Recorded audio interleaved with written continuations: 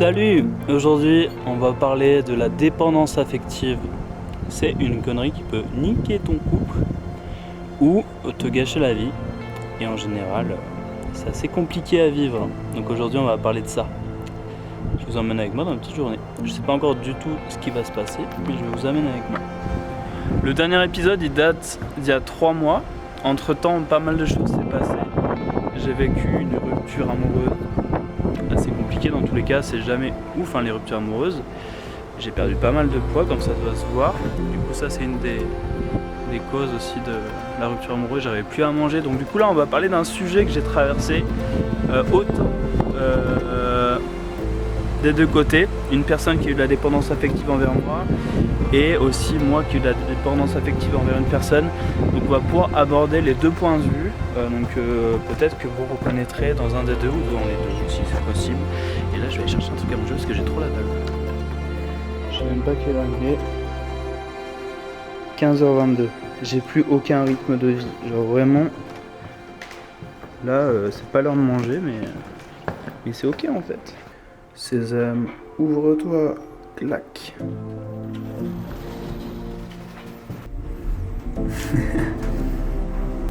Première étape, regardez s'il y a un truc d'ouvert. Si je peux éviter d'aller dans un McDo, ça serait cool. Il y a un Begelstein. Allez.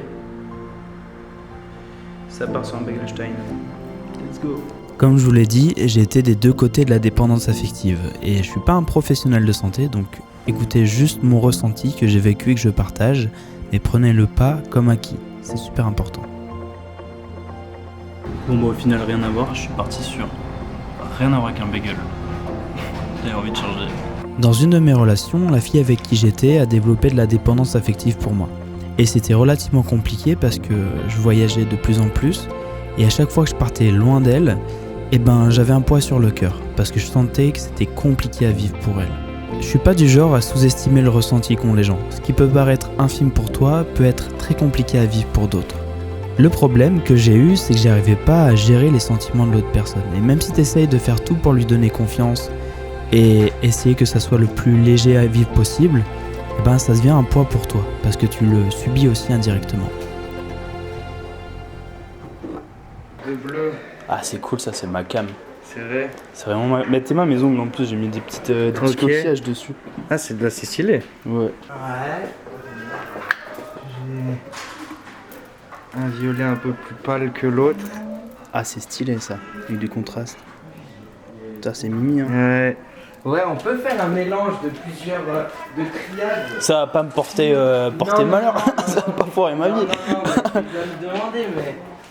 En gros là il y a du violet, il y a le bleu, c'est pas le même, et du cristal de roche. Putain c'est stylé, c'est trop beau comme ça. Des petits argenté fleurs. c'est ma cam en plus. C'est vrai, plus que doré. Ah ouais large. Ok. Mettre une croix, je sais pas si... Bah, croix c'est pas trop mon... Ok, moi, je suis ok. pas croyant donc... Mais ouais. Mais tu vois on peut caler des petites fleurs, ça fait un peu plus bijou du coup. Ouais de fou. Vous allez très vite comprendre que mes vlogs ils sont hyper aléatoires. Je marchais tranquille dans la rue pour faire ma vidéo et j'ai croisé un commerçant avec qui j'ai passé une soirée qui était trop cool. Il est toujours trop cool. Et il m'a dit « Hey t'es chaud, on fait des colliers ?» Du coup je suis allé à sa boutique à Valence et on a commencé à faire des colliers. J'ai fait un petit atelier où j'ai créé mon collier moi-même. C'est pas celui-là, c'est celui d'après. Avant de revenir à notre sujet principal, je tenais à lui faire une petite dédicace parce qu'il a été super gentil, j'ai passé un super bon moment et il m'a offert les 2 colliers. Du coup voilà, son magasin c'est Tatum Crystal à Valence. Et je vous laisse avec la suite. Comme le lien de ce collier qui se casse en deux, la dépendance affective, ça peut couper ton couple. Parce que ça peut être très compliqué à vivre pour l'un comme pour l'autre. Mais il est possible de passer à travers. J'ai pas les réponses et ça c'est aux professionnels de santé de les donner. Mais tu peux, avec ce collier qui a été cassé, en refaire un autre, plus beau, différent, et repartir sur de bonnes bases. Je suis de ces personnes qui pensent que l'amour ne suffit pas pour aller bien dans un couple. Nos grands-parents en sont la preuve. Peut-être qu'ils vous le disent pas, mais ils ont eu des hauts et des bas et ils se sont battus pour leur couple, pour qu'ils tiennent. Et avant d'avoir réellement vécu ce que c'est que d'avoir de la dépendance affective, je vous avoue que je me rendais pas trop compte de ce que c'était. Et un jour, ça m'est arrivé à moi. Naturellement, je suis quelqu'un de très indépendant et je me suffis de moi-même et de moi seul.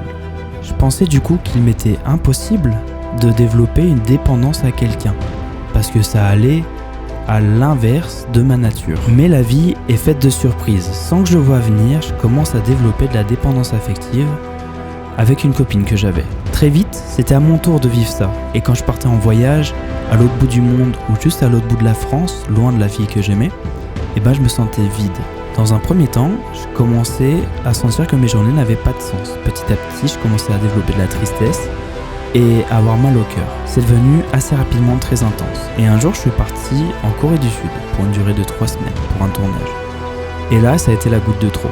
J'étais isolé dans un pays où on parlait pas ma langue, tout seul à faire des horaires de malade sur 2 tournages pour 2 publicités. Et je me suis jamais senti aussi seul au monde. En plus du mal du pays, ma copine me manquait horriblement, alors que j'adorais voyager. Et jamais de la vie, j'aurais pensé prendre un avion 2 semaines en avance pour rentrer chez moi et la voir. Ça passe bien. Ah, ça Le bleu-violet, c'est vraiment ma couleur préf. Il est trop mime, il m'a donné des petites fiches pour me dire à quoi servaient les pierres que j'avais achetées. Et j'ai eu du coup de l'apatite bleue, et la deuxième, c'était de l'améthyste. Vous apprendrez souvent que dans mes vidéos, je partage ce que je vis, mais j'en ai pas forcément les réponses. Mais ça me permet de décharger un poids que j'ai sur le cœur de les faire. Mec, j'ai une putain de journée trop aléatoire. Je marche, il me dit tu fais des colliers, j'arrive, t'as un massage des mollets. C'est trop drôle. Ah ouais, alors. Alors sache que ça fait extrêmement mal. Ouais merde, tu filmes? Même frère, même plan. S'il y a bien une chose qui m'aurait aidé, je pense, à ce moment-là, c'est d'en parler à des amis, des gens en qui j'ai confiance, pour pouvoir avoir des conseils, me rassurer. Mais je l'ai pas fait. Je pense pas que c'était par tabou, mais par peur d'ouvrir les yeux sur mon couple. J'ai essayé de vivre avec et d'accepter ça, mais malheureusement j'ai pas réussi. Et j'ai fait plein de choix qui m'ont fait louper des occasions et des trucs de ouf à cause de la dépendance affective. Ah, c'est des nouveaux? Ouais. Tu veux quoi toi? Aujourd'hui, je regrette d'avoir fait ces choix-là, mais je pense pas que j'aurais réussi à ne pas les faire. Je pense que la meilleure des choses que j'aurais dû faire à ce moment-là, ça aurait été d'en parler, et de déjà en parler à mes proches, voire à un psy. Maintenant, je me fais aider, je travaille sur moi et c'est ok. Mais avant, j'osais pas y aller, peut-être par peur de voir les choses en face. Maintenant que c'est passé, j'avais quand même ça sur le cœur. Et une des choses qui m'aide aussi en général, moi c'est mon truc, c'est d'en faire des vidéos, de poser des mots sur ce que je vis, en faire des belles images, les monter. C'est un petit peu comme si je décortiquais un petit peu mes sentiments, que je les posais et que je les évacuais et que je devenais ok avec. Moi ça m'aide et qui sait, peut-être que cette vidéo trouvera son audience et que ça vous aidera aussi si vous vivez ça. Lola, donne-moi s'il te plaît dans mon sac blanc l'huile de karité. Encore une preuve que mes journées n'ont pas de sens. Je finis par me faire un massage du mollet par une pote en plein milieu d'un bar. Mes journées sont hyper aléatoires, mais je trouve ça cool parce que du coup ça fait des anecdotes à raconter. Une des choses qui m'aide à avancer quand je vis des trucs vraiment pas ouf dans la vie, c'est que je me dis j'apprends. J'apprends pour ne plus avoir à vivre ça une deuxième fois. Et il y a du bon à en tirer de chaque situation. Parce que tu apprends tout le temps sur toi et c'est juste un effort à faire, que tu décides ou non de faire. Je trouve que la vie est trop belle pour se laisser sombrer, j'ai décidé de pas me laisser faire.